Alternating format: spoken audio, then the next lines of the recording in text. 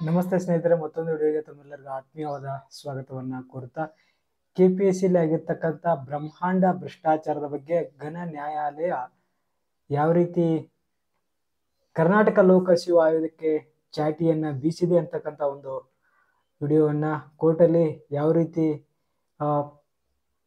ಸರ್ಕಾರಕ್ಕೆ ಅಥವಾ ಈ ಕೆಪಿಎಸ್ಸಿಗೆ ತರಾಟೆ ತೆಗೆದುಕೊಂಡ್ರು ಅಂತಕ್ಕಂಥದ್ದನ್ನ ಈ ಒಂದು ವಿಡಿಯೋದಲ್ಲಿ ನೋಡ್ತಾ ಹೋಗೋಣ. ಎಷ್ಟು ಭ್ರಷ್ಟಾಚಾರ ಆಗ್ತಾ ಇದೆ ಅಂತಕ್ಕಂಥದ್ದನ್ನ ನ್ಯಾಯಾಧೀಶರ ಬಾಯಿಂದನೇ ಕೇಳ್ತಾ ಹೋಗೋಣ ಸ್ನೇಹಿತರೆ. ಹಾಗಾದ್ರೆ ಬನ್ನಿ ಈ ವಿಡಿಯೋನ ಕೊನೆ ತನಕ ನೋಡಿ, ಮಿಸ್ ಮಾಡಬೇಡಿ. ಯಾಕಂತಂದ್ರೆ ಇಲ್ಲಿ ತುಂಬ ಕೆಪಿಎಸ್ಸಿಯಲ್ಲಿ ಯಾವ್ಯಾವ ರೀತಿಯಾಗಿರ್ತಕ್ಕಂಥ ಭ್ರಷ್ಟಾಚಾರ ಆಗಿದೆ ಅಂತಕ್ಕಂಥದ್ದನ್ನ ಘನ ನ್ಯಾಯಾಧೀಶರೇ ತಮ್ಮ ಮುಂದೆ ವಿವರಣೆಯನ್ನ ಮಾಡ್ತಕ್ಕಂಥದ್ದು. ದಯವಿಟ್ಟು ಸ್ಕಿಪ್ ಮಾಡದೆ ಈ ವಿಡಿಯೋನ ಕೊನೆ ತನಕ ನೋಡಿ ಅಂತ ತಮ್ಮಲ್ಲಿ ಕೇಳ್ಕೊಳ್ತಾ, ಹಾಗಾದ್ರೆ ಬನ್ನಿ ಸ್ನೇಹಿತರೆ, ಈಗ ವಿಡಿಯೋನ ಪ್ರಾರಂಭಿಸ್ತೇನೆ.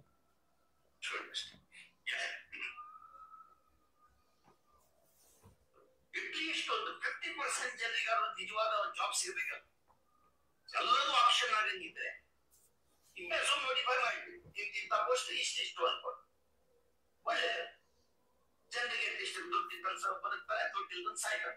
ಒಪ್ಕೊಂಡು ಒಂದು 50% ಅಲ್ಲೂ ಒಂದು ಮೆರಿಟೋರಿಯಸ್ ಕ್ಯಾಂಡಿಡೇಟ್ಸ್ ಮಾಡ್ಕೋಬೇಕಾ. In this case particularly APSC except ನಾವು ಮತ್ತೊಂದು ಸ್ಟಡಿ ಓದಿ ಪೇಪರ್ಸ್ ಅಲ್ಲ. ಪರ್ಹ್ಯಾಪ್ಸ್ ಅಂಬೇಡ್ಕರ್ ಜಿ ತಮ್ಮ ಸಮಾಧಿಯಲ್ಲಿ ತಿರುಗಿ ತಿರುಗಿ ಬೀಳ್ತಾರೆ. ಎಂತಲ್ಲಿ ಮಾಡಿದ್ವಿ ನಾವು ಮಾಡಬೇಡ ಡಿಗ್ರಿ ವಿತ್ ಡಿಸ್ಟಿಂಕ್ಷನ್ ಪಾಸ್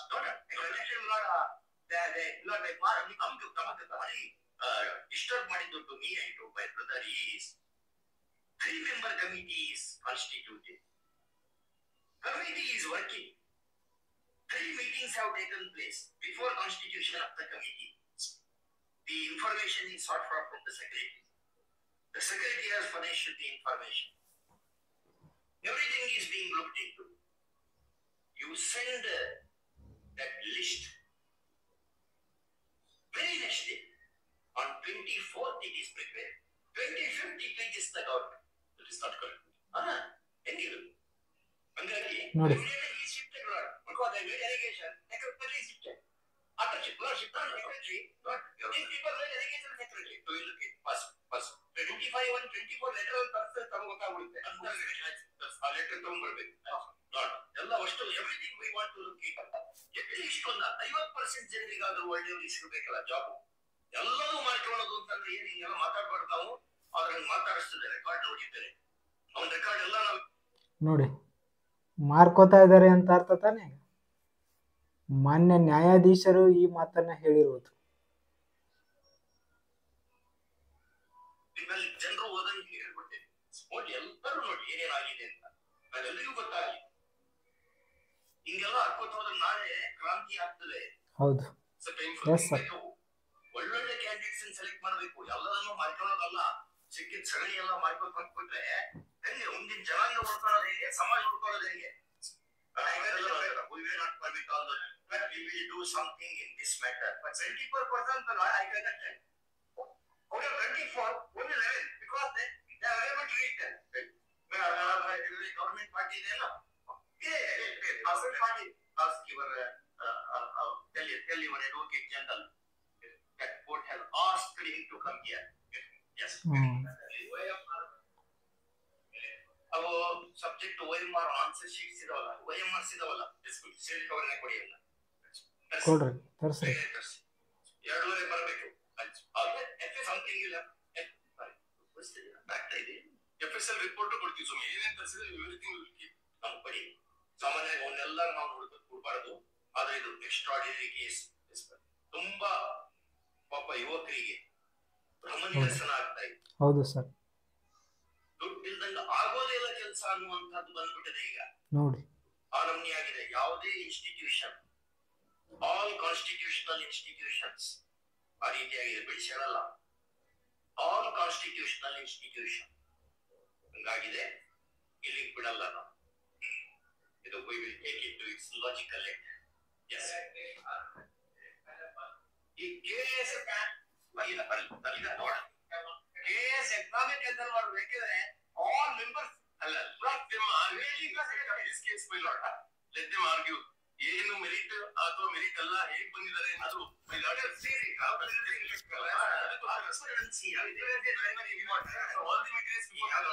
ಮಾಡಿ ಟ್ರಾನ್ಸ್ಪರೆನ್ಸಿ ಇರಬೇಕು. ಒಂದು ಯಾವ ಮಾಡಿದ್ರೆ ಈಗ ಪಾಪ ಅಷ್ಟೆಲ್ಲ ಕಷ್ಟಪಟ್ಟು ಬಂದು ಓದ್ಕೊಂಡು ಬಡವರು ಇರ್ತಾರೆ, ದುಡ್ಡನ್ನು ಕೊಡೋದು ಎಲ್ಲಿಂದ ತಗೊಂಡ್ಕೊಡೋದು ಅಲ್ಲದೆ ಈ ಕೇಸಲ್ಲಿ ಅಲ್ಲಲ್ಲ ಬೇರೆ ಸಲದು. We are not on this case alone. This we know how to decide generally. But your case will be very deeply looked into. ನಾಳೆ ಹೆಂಗೆ ಎಲ್ಲವೂ ಕಡೆ ಕರಪ್ಷನ್ ಆಗ್ಬಿಟ್ಟು ಮುಂದೆ ಕಷ್ಟ ಆಗುತ್ತೆ ಸ್ವಾಮಿ. ದೇಶಕ್ಕೆ ಗೊತ್ತಾ 6 ಲಕ್ಷ ಜನ ಪ್ರತಿ ವರ್ಷ ನಮ್ಮ ದೇಶದಿಂದ ಹೊರಗಡೆ ಹೋಗುವಂತವರ ಸಂಖ್ಯೆ 6 ಲಕ್ಷ. ನೋಡ್ರಿ 6 ಲಕ್ಷ ಇಲ್ಲಿ ಮಾಡಲ್ಲ ಅವರೆಲ್ಲ ಕ್ರೀಮ್, ಅದು ಆ ಕ್ರೀಮ್ ಎಲ್ಲ ಬೇರೆ ದೇಶಕ್ಕೆ ಹೋಗ್ಬಿಡ್ತದೆ. ಇಲ್ಲಿ ನಮ್ಮ ದೇಶ ಉದ್ಧಾರ ಮಾಡೋರು ಯಾರು? ಎಲ್ಲ ಕ್ರೀಮ್ ಬ್ರೈನ್ ಎಲ್ಲ ಅಷ್ಟು ಹೊರಗೆ ಹೋದ್ರೆ ಇಲ್ಲಿ ಬತ್ತಿ ಇಲ್ಲಿ ಮಾಡಿ ಕೆಲಸ ಮಾಡೋರು ಯಾರು? 6 ಲಕ್ಷ ಜನ ಹೋಗ್ತಾರೆ. ರಿಪೋರ್ಟ್ ಇದು, this is official report. Brain drain ಏನ್ ಮಾಡ್ಲಿಕ್ಕಾಗಲ್ಲ. ಆನಂದಿ ಬ್ರೈನ್ ಡ್ರೈನ್ ಆದ್ರೆ ನೋಡಿ, ಅವರು ಇಸ್ರೇಲ್ ಕಟ್ಟುವಾಗ when Burian asked all Jewish people to come to Israel, we want to rebuild this nation, ಎಲ್ಲರೂ ಬನ್ನಿ ಅಂತ ಕರ್ಕೊಂಡ್ಬಂದ್ರು ಹೊರಗಿನಿಂದ. ನೀವು ಇಲ್ಲಿಂದ ಎಲ್ಲರನ್ನು ಚೊಚ್ಚಲು ಕಳಿಸ್ಬಿಟ್ರೆ ಮುಂದೆ ಬೇರೆ ಕಳಪೆ ಜನರ ಜೊತೆ ಇರೋದಲ್ಲ ಮುಂದಿನ ಜನಾಂಗ ಮುಂದೆ ಹೆಂಗೆ?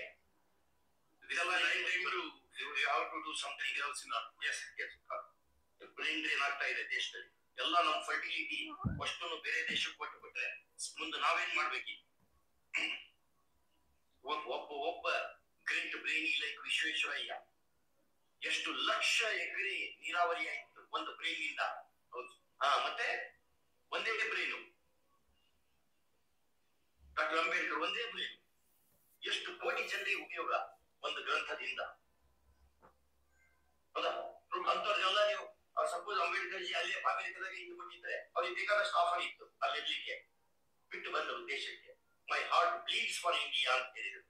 ಈಕೆ ಮಾಡಿದ್ರೆ ಪ್ರೊಫೆಸರ್ ಇನ್ ಕೊಲಂಬಿಯಾ ಯೂನಿವರ್ಸಿಟಿ. ಅವರೆಲ್ಲ ಇಲ್ಲಿ ಬಂದು ಮಾಡಿದ್ದಕ್ಕೆ ದೇಶ ಉಳ್ಕೊಂಡಿದೆ, ಸಮಾಜ ಹಂಗಾಗಿ ಉಳ್ಕೊಳ್ತದೆ. ಎಲ್ಲದನ್ನು ಮಾಡ್ಕೊಂಡು ಸಿಕ್ಕ ಸಗಣಿ ಎಲ್ಲ ಮಾಡ್ಕೋಬೇಕು ಅಂತ ಪಟ್ಟು ಬಿಟ್ರೆ ಮುಂದೆ ಏನ್ ಮಾಡ್ಬೇಕು? ಮಕ್ಕಳು, ನಮ್ಮ ಮಕ್ಕಳೆಲ್ಲ ಎಷ್ಟು ಜನರು ಸೂಸೈಡ್ ಮಾಡ್ಕೊತಾರೆ. ಹೆಂಗ ಆಗ್ತಾ ಇದೆ? ಹಂಗೆಲ್ಲ ಆಗ್ಬಾರ್ದು. ಅದನ್ನೆಲ್ಲ ನೀವು ಕೆಟ್ಟ ಜನರನ್ನೆಲ್ಲ ನೀವು you have to weed out. At least ಒಂದು 50% ಜನರಾದ್ರು, ಇನ್ನು ಉಳಿದು 50% ಜನರಾದ್ರು ಸರಿ ಆಗ್ಬೇಕಲ್ಲ. ದುಡ್ಡಿಲ್ಲಗೆ ಯಾಕೆ ಹಿಂಗ ಆಗ್ತಾ ಇದೆ? ನಾವು ಈ ಫೋರಂ ನಿಂದ ಹೆಚ್ಚು ಮಾತಾಡ್ಲಿಕ್ಕೆ ಬರಲ್ಲ, ಕಷ್ಟ. ಈ ಫೋರಂ ನಿಂದ ಇಷ್ಟೇ ಮಾತಾಡ್ಲಿಕ್ಕೆ ಆಗ್ತದೆ. ಓಕೆ, ಬೇರೆ ಫೋರಂ ನಲ್ಲೂ ಡಿಸ್ಕಷನ್ ಆಗ್ತಿರ್ತದೆ. ಆಗ್ತಿರ್ತದೆ. ಅದಕ್ಕೆ ಹಂಗೆಲ್ಲ ಮಾಡ್ಕೋಬಾರ್ದು. ಒಂದು ಮನೆಯಲ್ಲಿ ಒಬ್ಬರು ಸರ್ಕಾರ ನೌಕರಿ ಆದ್ರೆ ಆ ಮನೆ ಉದ್ಧಾರ ಆಗ್ತದೆ. ನಿಜ ಸರ್, ನಿಜ. ತಿಳ್ಕೊಬೇಕಲ್ಲ, ಅದು ಖಂಡಿತ.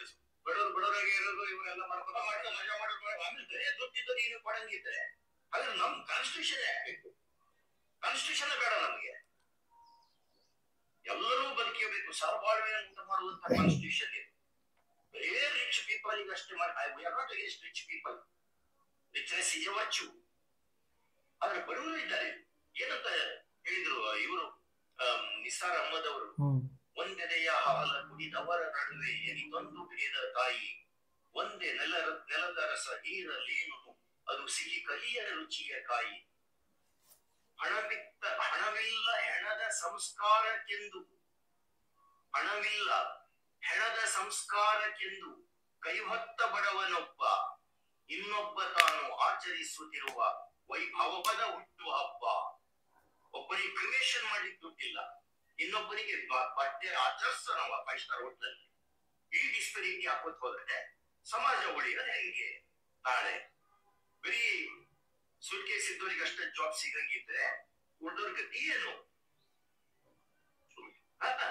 ಉಳಿದವ್ರ ಗತಿ ಏನು? ಎಟ್ಲೀಸ್ಟ್ 50% ಜನರಿಗಾದ್ರೂ ಏನಾದ್ರು ಒಂದು ಉಪಯೋಗ ಆಗ್ಬೇಕ. 50% ಜನರಿಗಾದ್ರೂ ಜಾಬ್ ಸಿಗ್ತದಪ್ಪ ಅಂತ ಅನ್ಸ್ಬೇಕಲ್ಲ. ಖಂಡಿತ ಇದೆಲ್ಲ ಕಣ್ ಮುಂದೆ ಇಟ್ಕೊಳ್ಳಿ. ಅವ್ರಿಗೆ ಹೇಳಿ, ನಿಮ್ಗೆ ಯಾರಿಗೆ ಇದೆಲ್ಲ ರೆಕಾರ್ಡ್ ಜನರೆಲ್ಲ ನೋಡ್ಲಿಕ್ಕಲ್ಲ, ಈ ಪೇಪರ್ಸ್ ಎಲ್ಲ ಮಾಡೋದು ಕಿಡಿತಿರ್ಬೇಕು ಲಕ್ಷ ಅಲ್ಲ. ಅದು ಹೇಳಿ ನಾವು ಸಾಕಾಗಿವಿ. ಆದ್ರೆ ಖಂಡಿತ ನಾವು ಸಾಕಾಗಿವಿ. ನಮ್ಗೆ ಹೊಟ್ಟೆ ಉಳಿಯುತ್ತದೆ. We tell you, don't we are telling you. ಇಂಥ ದೇಶ ಕಟ್ಟಕ್ಕೆ ಬಂದಿದ್ರೆ ಯಾಕೆ ನಾವು ಸ್ವಾತಂತ್ರ್ಯ ನಮ್ಗೆ ಬೇಕು? ಇಷ್ಟು ಹೊಲಸಾಗಂಗಿದ್ರೆ ಏನ್ ಮಾಡ್ಬೇಕು ಅಂತ ಗೊತ್ತು. ಹಂಗಾಗಿ something you have to do. ಏನಪ್ಪ ಒಂದೇನೋ ಮಾರ್ಜಿನಲ್ಲಿ ಒಂದ್ ಯಾರೋ ಒಂದ್ ಏನೋ ಒಂದು ಸ್ವಲ್ಪ ಅಂಡರ್ಸ್ಟ್ಯಾಂಡ್. ಎಲ್ಲ ಆಕ್ಷನ್ ಆಗಂಗಿದ್ರೆ ಎಲ್ಲ ಪೋಸ್ಟ್ ರಿಕ್ರೂಟ್ಮೆಂಟ್ ಪ್ರೊಸೆಸ್ ಆಗಬೇಕು. 26-13 ಆಗೋಯ್ತು. 11 ಜನ ಮಾತ್ರ ಜನರಲ್ಲಿ ಕಾಲ್ ಕೇಳಿ 11 ಜನ please ask your advocate general to come. We'll revert in a couple of seconds. Okay.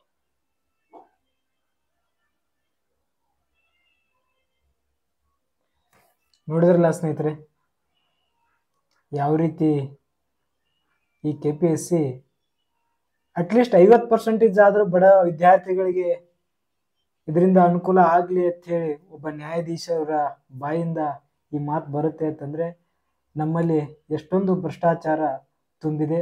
ಸರ್ಕಾರ ಈ ಕಡೆ ಗಮನ ಕೊಟ್ಟು KPSCಯನ್ನು ಸರಿಪಡಿಸಿ ಬಡ ವಿದ್ಯಾರ್ಥಿಗಳ ಜೀವನಕ್ಕೆ ಆಶಾಕಿರಣ ಆಗಲಿ ಅಂತ